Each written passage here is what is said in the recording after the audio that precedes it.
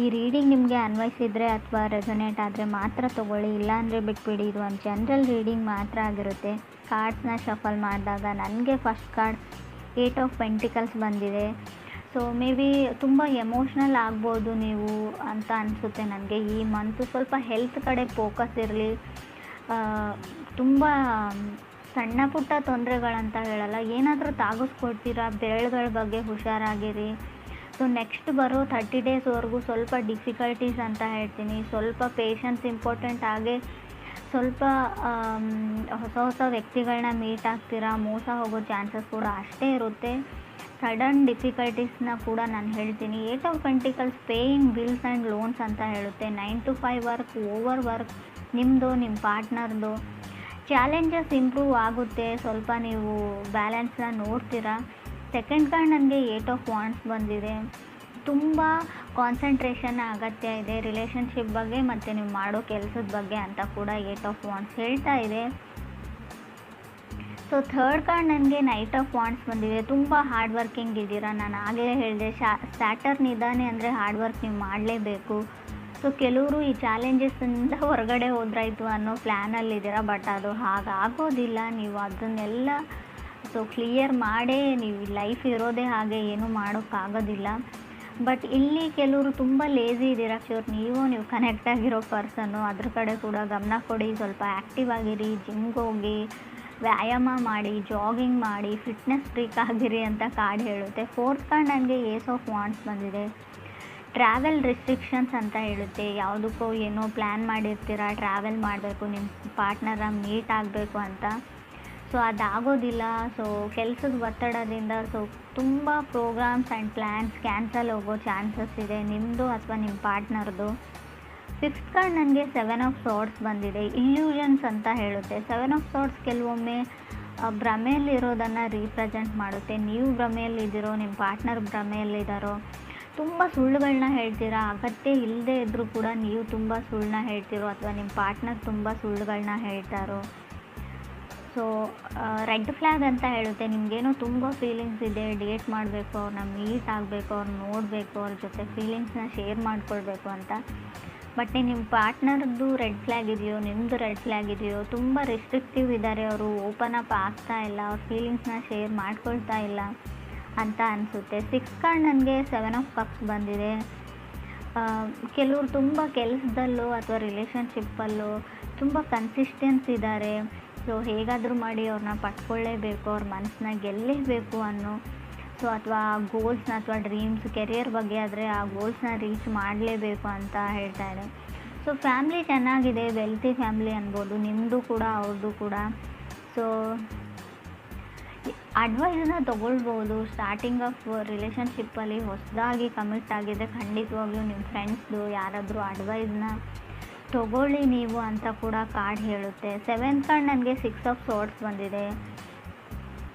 ಯಾರೋ ಯಾರ ಜೊತೆನೋ ಮಾತಾಡ್ತಾ ಇಲ್ಲ, ನೀವು ನಿಮ್ಮ ಪಾರ್ಟ್ನರ್ ಜೊತೆ ಅಷ್ಟೊಂದು ಕಮ್ಯುನಿಕೇಟ್ ಮಾಡ್ತಾ ಇಲ್ವೋ, ಅದರ್ ಪರ್ಸನ್ ನಿಮ್ಮ ಜೊತೆ ಕಮ್ಯುನಿಕೇಟ್ ಮಾಡ್ತಾ ಇಲ್ವೋ. ಕೆಲವ್ರಿಗೆ ರೆಡ್ ಫ್ಲ್ಯಾಗ್ ಅಂತ ಹೇಳಿದೆ. ಸೊ ತುಂಬ ಸ್ಟ್ರಾಂಗಾಗೇ ಇದೆ ಅದು.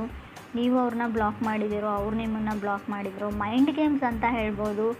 ಸೊ ಮೈಂಡ್ ಗೇಮ್ಸ್ ಕೂಡ ಕಾಣ್ತಾ ಇದೆ. ಕೆಲವರಿಗೆ ಮಾತ್ರ ಫ್ರೆಂಡ್ಸ್, ಎಲ್ರಿಗೂ ಅಲ್ಲ. 8th ಕಾರ್ಡ್ ನನಗೆ ನೈಟ್ ಆಫ್ ಪೆಂಟಿಕಲ್ಸ್ ಬಂದಿದೆ. ಸೊ ಅವ್ರ ಕಡೆಯಿಂದ ಅವ್ರು ಮೂವ್ ಮಾಡೋದನ್ನು ಸ್ಟಾಪ್ ಮಾಡಿರ್ಬೋದು, ಅವ್ರ ಎಫರ್ಟ್ನ ಸ್ಟಾಪ್ ಮಾಡಿರ್ಬೋದು. ಮುಂಚಿನ ಥರ ಅವ್ರ ಮೆಸೇಜಸ್ನ ಮಾಡಲ್ಲ, ಕಾಲ್ನ ಮಾಡಲ್ಲ.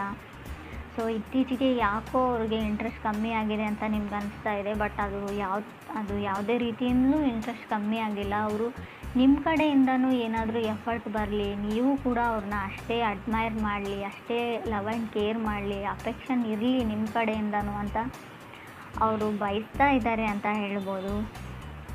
9th ಕಾರ್ಡ್ ನನಗೆ ಸ್ಟಾರ್ ಕಾರ್ಡ್ ಬಂದಿದೆ. ಲರ್ನಿಂಗ್ ಕರ್ವಲ್ಲಿ ಇದ್ದೀರಾ ರೈಟ್ ನಾವು, ನೀವು ಅಥವಾ ಅವ್ರಿಗೂ. ಸ್ಟಾರ್ ಕಾರ್ಡ್ ಇರೋದ್ರಿಂದ ಹೋಪ್ ಇದೆ, ನಂಬಿಕೆ ಇದೆ ನಿಮ್ಮ ಮೇಲೆ, ಅವ್ರ ಮೇಲೆ ನಿಮಗೆ. ಸೊ ಚೇಂಜಸ್ ಇನ್ ರಿಲೇಷನ್ಶಿಪ್ ಅಂತ ಹೇಳುತ್ತೆ ಸ್ಟಾರ್ ಕಾರ್ಡ್ ಕೂಡ. 10th ಕಾರ್ಡ್ ನನಗೆ 6 ಆಫ್ ಪೆಂಟಿಕಲ್ಸ್ ಬಂದಿದೆ. ಕೆಲವರು ಇತ್ತೀಚೆಗೆ ಕೆಲಸ ಸಿಕ್ಕಿದೆಯೋ, ಕೆರಿಯರ್ ಸೆಟಲ್ ಆಗಿದ್ದೀರೋ, ಇತ್ತೀಚೆಗೆ ಮನೆಯಲ್ಲಿ ಫ್ಯಾಮಿಲಿ ಮೆಂಬರ್ಸ್ ನಿಮಗೆ ಜವಾಬ್ದಾರಿ ಕೊಟ್ಟಿದ್ದಾರೋ. ಲರ್ನಿಂಗ್ ಟು ಪೇ ಬಿಲ್ಸ್ ಅಂತ ಹೇಳುತ್ತೆ. ಏನಾದರೂ ಡೀಪ್ ಸ್ಟಫ್ಸ್ನ ಬೈ ಮಾಡೋದು, ಪ್ರಾಪರ್ಟಿ ಖರೀದಿ ಮಾಡೋದು, ವೆಹಿಕಲ್ಸ್ನ ತೊಗೊಳ್ಳೋದು, ತುಂಬ ರೆಸ್ಪಾನ್ಸಿಬಿಲಿಟೀಸ್ನ ತೊಗೊಳ್ತಾ ಇದ್ದೀರಾ ಕ್ಯೂರು ಅಂತ ಕೂಡ ಕಾರ್ಡ್ ಹೇಳುತ್ತೆ. ತುಂಬ ಲೇಜಿ ಇದ್ದರೆ ಮುಂಚೆ ಫ್ಯಾಮಿಲಿ ಮೆಂಬರ್ಸ್ ನೋಡ್ಕೊಳ್ತಾರೆ, ಪೇರೆಂಟ್ಸ್ ನೋಡ್ಕೊಳ್ತಾರೆ, ಸೊ ಅದ್ರ ಬಗ್ಗೆ ಎಲ್ಲ ನಾನು ಯೋಚನೆ ಮಾಡಲ್ಲ ಅಂತ ಅಂದ್ಕೊಳ್ತಿದ್ರಿ. ಬಟ್ ಇತ್ತೀಚೆಗೆ ಎಲ್ಲ ಜವಾಬ್ದಾರಿಗಳು, ಸೊ ಇದು ನಿಮ್ಮ ಜೊತೆ ಆಗ್ತಾ ಇರ್ಬೋದು ಈ ಸಿಚುವೇಶನ್, ಅಥವಾ ನಿಮ್ಮ ಪಾರ್ಟ್ನರ್ ಲೈಫಲ್ಲಿ ಕೂಡ ಆಗ್ತಾ ಇರ್ಬೋದು ಅಂತ ಕಾರ್ಡ್ಸ್ ಹೇಳುತ್ತೆ. 11th ಕಾರ್ಡ್ ನನಗೆ 8 ಆಫ್ ಕಪ್ಸ್ ಬಂದಿದೆ.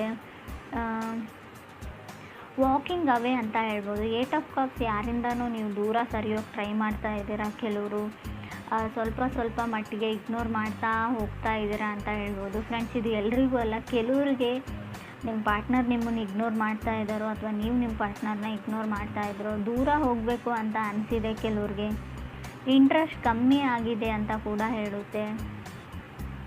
ಆಗಲೇ ಹೇಳಿದೆ, ಏನಾದರೂ ಪ್ರಾಪರ್ಟಿನ ಬೈ ಮಾಡ್ತೀರಾ ಅಂತ. ಕೆಲವರು ಮನೇನ ಪರ್ಚೇಸ್ ಮಾಡಬೇಕು ಅಂತ ಅಂದ್ಕೊಂಡಿದ್ದಾರೆ. ಕೆಲವರು ಓವರ್ ಕಮಿಟ್ ಆಗಿದ್ದೀನಿ ಅಂತ ಅನ್ನಿಸ್ತಾ ಇದೆ. ನಾನು ಆಗಲೇ ಹೇಳಿದೆ, ಯಾವುದ್ರ ಹಿಂದೆನೂ ಕೂಡ, ಯಾರ ಹಿಂದೆನೂ ಕೂಡ ನೀವು ತುಂಬ ರಶಲ್ಲಿ ಹೋಗಬೇಡಿ, ತುಂಬ ಓವರ್ ಕಮಿಟ್ ಆಗಬೇಡಿ ಅಂತ ಹೇಳುತ್ತೆ. ಸೊ ನಿಮ್ಮ ಮನಸ್ಸು ಏನು ಹೇಳುತ್ತೆ ಅದನ್ನು ಮಾಡಿ, ಪರವಾಗಿಲ್ಲ. ಆದರೂ ಕೂಡ ಅವ್ರಿಗೆ ನೀವು ಹೆಸಿಟೇಟ್ ಮಾಡ್ತಾ ಇದ್ದೀರಾ, ಇರಿಟೇಟ್ ಮಾಡ್ತಾ ಇದ್ದೀರಾ ಅನ್ನೋದ್ರ ಬಗ್ಗೆ ಕೂಡ ಯೋಚನೆ ಮಾಡಿ. ಸ್ವಲ್ಪ ಸ್ಟಾರ್ಟಿಂಗಲ್ಲಿ ಸ್ವಲ್ಪ ಪೇಷನ್ಸ್ ಇಂಪಾರ್ಟೆಂಟ್ ಆಗುತ್ತೆ. ಅವ್ರನ್ನ ನೀವು ಅರ್ಥ ಮಾಡ್ಕೊಳ್ಳೋಕೆ ಟ್ರೈ ಮಾಡಿ, ಅಥವಾ ನೀವು ಅವರು ನಿಮ್ಮನ್ನು ವೈಸ್ ವರ್ಸ ಅಂತ ಕಾರ್ಡ್ ಹೇಳುತ್ತೆ. 12th ಕಾರ್ಡ್ ನನಗೆ 2 ಆಫ್ ಸಾರ್ಡ್ಸ್ ಬಂದಿದೆ. 13th ಕಾರ್ಡ್ ಏಸ್ ಆಫ್ ಸಾರ್ಡ್ಸ್ ಬಂದಿದೆ. ಸೊ ಅವ್ರು ಯಾಕೋ ಮಾತಾಡ್ತಾ ಇಲ್ಲ ನಿಮ್ಮ ಜೊತೆ ಅಂತ ಅಂದ್ಕೊಳ್ತೀನಿ ನಾನು. ನಿಮ್ಮ ಪಾರ್ಟ್ನರ್ ನಿಮ್ಮ ಜೊತೆ ಮಾತಾಡ್ತಾ ಇಲ್ಲ. ಸೊ ತುಂಬ ಸೇಫ್ ಗೇಮ್ ಆಡ್ತಾರೆ ಅವರು, ಸೇಫಾಗಿರೋಕ್ಕೆ ಟ್ರೈ ಮಾಡ್ತಾರೆ. ಮೇ ಬಿ ಕೆಲವ್ರಿಗೆ ತುಂಬ ಟಾಕ್ಸಿಕ್ ರಿಲೇಷನ್ಶಿಪ್ಪಲ್ಲಿ ಇದ್ರಿ, ನಿಮ್ಮ ಫ್ಯಾಮಿಲಿ ಮೆಂಬರ್ಸ್ ನಿಮ್ಮನ್ನು ಸೇವ್ ಮಾಡಿದರು, ಆ ವ್ಯಕ್ತಿ ಸರಿಯಿಲ್ಲ ಅಂತ ಹೇಳಿದರು, ಅದಾದಮೇಲೆ ನೀವು ಹೊರಗಡೆ ಬಂದ್ರಿ. ಸೊ ಟೈಮ್ ಟು ಲರ್ನ್ ಅಂತ ಹೇಳುತ್ತೆ. ಕಲಿಯೋದಕ್ಕೆ ತುಂಬ ಇದೆ ಇವ್ರಿಗೆ ಲೈಫಲ್ಲಿ, ಅದನ್ನು ಕಲಿಯೋದಕ್ಕೆ ಟ್ರೈ ಮಾಡಿ, ಲೈಫ್ ಲೆಸನ್ಸ್ನ ಕಲೀರಿ ಅಂತ ಹೇಳುತ್ತೆ. ಇನ್ನೂ ತುಂಬ ಟೈಮ್ ಇದೆ ನಿಮಗೆ.